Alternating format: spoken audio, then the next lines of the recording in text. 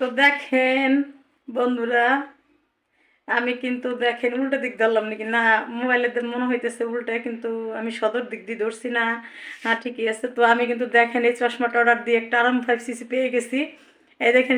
আসসালামু আলাইকুম, আপনারা সবাই কেমন আছেন? আলহামদুলিল্লাহ, আল্লাহর রহমতে আমরা ভালো আছি। তো দেখেন আমি কিন্তু একটা মানে চশমা অর্ডার দিছিলাম। তো চশমাটা কিন্তু আমার শুক্রবার চলে আসছে, তো আমি ভিডিওটা করতে পারি নাই। তো দেখেন আমার ঠিকানায় চলে আসছে। তো চশমাটা মানে দেখে ফেসবুকে দেখে আমি অর্ডার করছিলাম। তো আমার 499 টাকা খরচ গেছে। তো মোটমাট যাই হোক 500 টাকা। তো আমি কিন্তু একটা মানে মোটর সাইকেলের জন্য আমি এই চশমাটা অর্ডার দিছিলাম। তো ভাবছিলাম যে হায় রে কপাল, তো আমার কপালে হয়তো বাইজেই যাবে RM5cc। তো যাই হোক, তো আমার ভাগ্যে ছিল না, আল্লাহ পাক আমার ভাগ্যে রাখে নাই। আরে কথাই তো আছে যে গরিবের চাল দুগলাবনে পড়ে। তো একটা কাহিনী ছিল, যেটা মুরব্বীরা বলতো যে একটা লোক খুবই গরিব ছিল।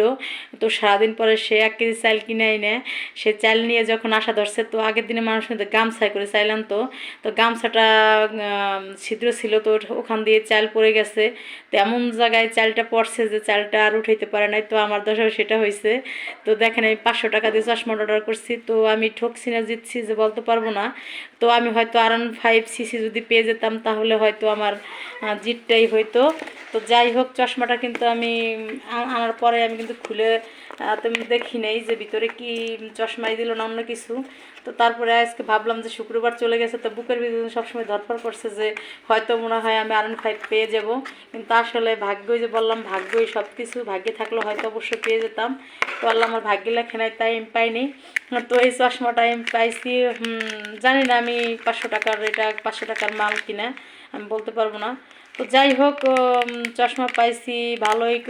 এখন খুলে দেখলাম কিন্তু আমার মনটা খারাপ হয়ে গেছিলো যে দিলাম অর্ডার ইসের জন্য, RM5cc-র জন্য, তা তো পাইলাম না। তো এই যে আমার সেই লটারি, তো অপেক্ষায় ছিলাম হয়তো আমাকে ফোন দিবে, কিন্তু আসলে আমাকে আর ফোন দেয় নাই, কারণ আমি পাইনি। যে তোমার ভাগ্যে নাই তাহলে আমাকে ফোন দিবে বা কিসের জন্য।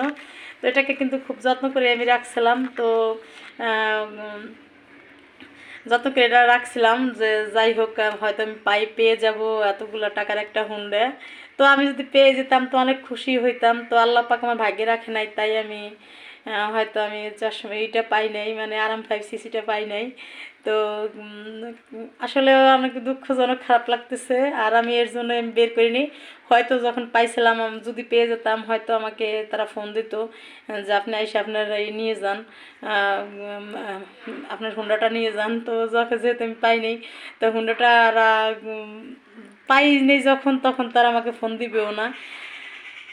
তো যাই হোক, চশমাটা পাইছি। তো চশমাটা চোখে নিয়ে এখন মনটা ভরে ফেলাই, কারণ কষ্ট পাওয়ার কোনো কিছুই নাই।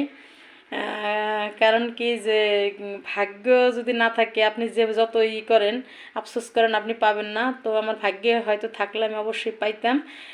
চশমাটা একটু চোখে দিয়ে দেখি যে কেমন দেখা যায় আমাকে। হুন্ডা না পাইছি, চশমা তো আনছি, তো চশমাটা চোখে দিয়ে দেখি যে আমাকে কেমন দেখা যায়।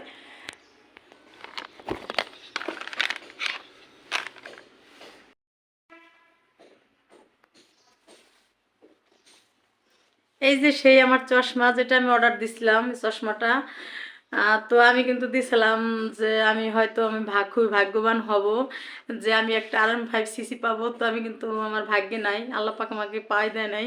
তো চশমাটা আমি চোখে দিয়ে দেখি কেমন দেখা যায়। তো চশমাটা চোখে দিয়ে দেখেন কেমন দেখা যায়। না, খুব ভালো লাগতেছে চশমাটা চোখে দিয়ে, কিন্তু মনটা খুব খারাপ যে আমি একটা মোটরসাইকেল পাইলাম না। চশমাটা দেখেন পড়ছি কেমন লাগে। তো আপনারা সবাই ভালো থাকবেন, আমাদের জন্য দোয়া করবেন। আল্লাহ হাফেজ।